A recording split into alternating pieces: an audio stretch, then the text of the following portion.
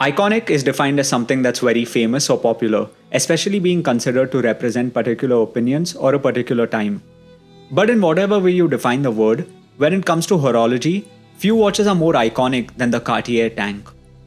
As you all know, the Tank is one of the most recognizable and timeless watches in the world. This design is so attractive that it's been borrowed by dozens of brands, each making their own versions of the Tank. But what makes this watch so special? Why did I feel so drawn to it? Does it live up to the hype? And in today's competitive, saturated watch market, is the Tank worth the price? In this 3-part series, I'll be exploring the Cartier Craze. In this video, we'll be talking about the Cartier Tank, specifically this, the Tank Must Large, reference WSTA 0041. In the second video, we'll talk about the more elegant Tank, the American, and the third video will be about great alternatives to the Tank. Please consider subscribing so you don't miss any of these videos. Now let's dive into the Tank. On the surface, this is a very simple watch. It doesn't have the most revolutionary design, the best finishing, or a complicated movement. But what it does have has been executed so damn well. First, the design. Louis Cartier was a true visionary. Think about it, it's the 1910s. You're out on the street and see a big rectangular block of metal, a vehicle designed for war, a literal freaking tank, and think, oh yes, that's beautiful. I'll make a watch that looks just like this. I mean, what kind of a psycho do you have to be to do that? Well, I guess that's why he was the great Louis Cartier, and I'm just a nerd making videos about his creations 100 years later. Yeah, 100 years later, because the original tank was designed back in 1917. That's over 100 years ago, right? But come on, this is all the math I can do. But clearly, a design that's been around for over a century doesn't need any significant changes. It truly is timeless. The rectangular case measures 33.7mm by 25.5mm and is just over 6.5mm thin. Since rectangular watches were slightly larger, I would say that this watch wears more like a 35mm round watch on the wrist. Combined with the super slim profile, the watch sits nice and flat on the wrist. I think these are perfect dress watch proportions. The watch features bezels or brancards in the Cartier lingo that are polished on the side and brushed on the top. You'll also notice that the side brancards are rounded. The older Tank had flat brancards, giving the watch a boxier appearance. I think the rounded brancards on this model make it look more refined, and I prefer this look. While these polished brancards can get scratched, they are nowhere as scratch prone as the Santos's bezels. Housed between these brancards is the white dial with the signature black Roman numerals. The dial appears simple, but is executed to a very high degree. The dial looks nice and white in most lights, but also appears pearly or even silvery in other situations. The black printed indices are extremely crisp and basically flawless to the naked eye. Even under magnification, these numerals appear very well executed. The hidden Cartier signature at the 7 o'clock is a fun Easter egg to those in the know. While the sword hands are heated blue, they appear black in many situations and contrast nicely off the dial. The dial is topped off with a sapphire crystal that appears to have no anti-reflective treatment on it. Cartier doesn't specify any of the specifications in detail, so I'm not sure. Despite this, the white dial is not as reflective as the Santos's and is much easier to read. Overall, the watch face is pretty simple, but looks very good as a whole. I'm a fan. Moreover, this is such a classic design, it's recognized and loved worldwide. It's been copied 1,000,000 times so far and will be copied another 1,000,000 times in the future. This watch has an elongated crown with a sapphire cabochon. This is obviously a synthetic sapphire, but it looks pretty neat. More importantly, this is one of the most usable Cartier crowns I've experienced so far. The crown on the Santos is just okay. The crown on the American is atrocious, but this crown works really well. Also being beaded, the crown is easy to grip and operate. Being a quartz watch, you don't really need to use the crown too often, but it's always good to have a usable crown. Simply put, the Tank is a joy to wear. The watch is slimmer and lighter than I had originally imagined, and the case size is well suited for my 6-inch wrist. I think this is one of the few instances where a watch looks absolutely perfect on my wrist. What's more is that the watch feels really well balanced on the wrist. The weight distribution feels spot on. I don't really know how to describe it, but I guess the 100 years of refinement have something to do with it. Or perhaps I'm just overthinking this way too much. In either case, the watch feels amazing on my wrist. If you're used to wearing larger watches, say 40mm and above, this watch might feel a bit small at first. But if Muhammad Ali can wear a small tank on his wrist, so can you. And you'll get used to the smaller size pretty quickly. To be honest, smaller Cartiers tend to look great, so I think this size is universal. I also find that the Tank XL is too bulky. The large tank works extremely well for me, however. And unless you have a really massive wrist, the large is the size I would recommend to you. If you've got a tank or a similar watch, what size do you wear and recommend? I'm curious to know your thoughts. But now you'll be thinking, where can you wear this super dressy watch? To be honest, just about anywhere. I'm not cool enough to be invited to fancy dinners or parties, so I don't dress up too often. But I wear this watch regularly, even with casual attire. That's the beauty of the Tank.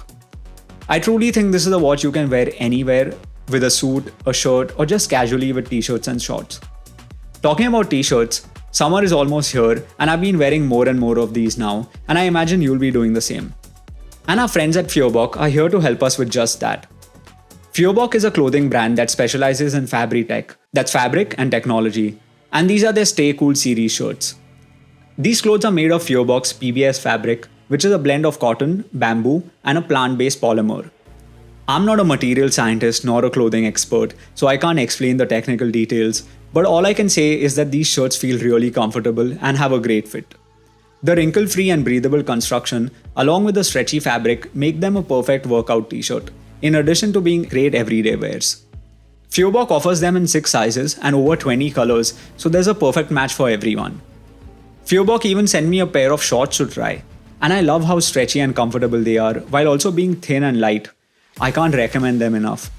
If you're interested, do check them out using the link in the description and use my code TWT20 for a 20% discount on your order. Thanks again Fioboc, and back to the video now. Now Cartier watches are known to prioritize aesthetics and design over complicated cutting-edge watchmaking. While this blanket statement may not be fair in many cases, it does seem accurate for the Tank. The large Tank Must uses a quartz movement.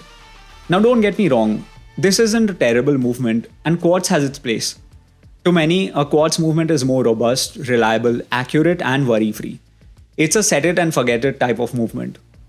I would have been happy to see a mechanical movement inside the large tank, but that probably would have resulted in a thicker, heavier watch and a lighter wallet. So I'm mostly okay with this movement. It does help that Cartier uses one of the nicer quartz movements co-developed with Ebel back in the 80s. This quartz movement should be accurate to within a few seconds every year and last a good 4 to 5 years before a battery change is required.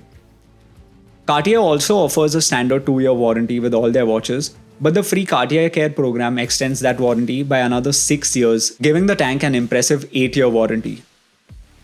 The Cartier Tank Must is like a TV series that has a solid plot and likable characters with a great first few seasons.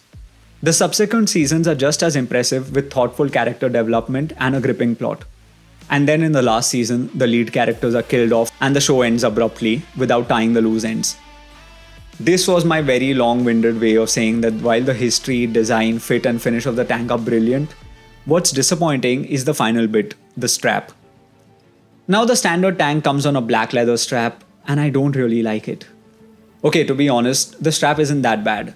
But it's too stiff and takes too long to break in. It just doesn't feel supple enough for my liking. If you're paying $3,500 for a watch, that too from Cartier, I expect better. Honestly, this is the only thing I really dislike about the watch. I just opted to use other straps to pair with this watch. Some of my favorite straps were these. A grained chocolate brown strap from Lugs for a more subtle look. A couple of custom handmade straps, one being crocodile and one lizard leather for a more formal yet eye-catching look. And lastly, this crazy cow strap from Has No Bounds. I really like the combination of the blue Has No Bounds strap with the white face. I think it makes the watch look more casual, and if you know me, you know I have a blue problem. So inevitably I ended up using this strap the most. I've linked all the straps mentioned here in the description if you're interested in checking them out. Which strap combination was your favorite? Alternately, is there another strap combo that I can try with the Tank? Let me know in the comments. So it all comes down to the price. If you've got the Cartier H, nothing else will scratch that. My condolences. If you're a watch collector, again my condolences, and have been wanting a Tank for a while, you've just got to have the Tank. I also didn't mention it, but I think the tank for many is also a status symbol. Many people just love Cartier. Another brand isn't going to work the same way. I get it. So in a way, the Cartier tank does live up to the hype.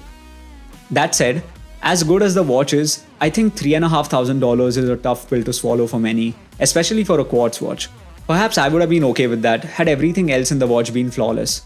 For the most part, that's true, but the subpar strap sours the deal for me. Now, Cartier does offer the tank on a bracelet for a few $100s more, but I think the tank looks perfect on a strap, not a bracelet. If I had just $3,500 and I could spend it on one watch, it would be really hard for me to justify spending it on a tank. At that price, I could go for some great mechanical options from Longines or Oris. Spend $400 more and I could have a Tudor Black Bay. Spend significantly less and I could still get a number of fantastic watches and a vacation with the remaining budget. I'll be talking about 3 of these tank alternatives in a video very soon. At the end of the day, I know that Cartier will continue selling thousands of tanks despite the steep price. And I love the tank too. It's a truly timeless design, and man, the watch wears so beautifully. If you really like the design and can allocate the budget for it, you won't regret your purchase. But $3,500? If you're debating getting a tank in 2024, I hope this video helped you, at least a little bit. Let me know if you think the tank is worth the price. And do hit the like button if you enjoyed the video. Thanks, and I'll see you all in the Tank American review very soon. Peace.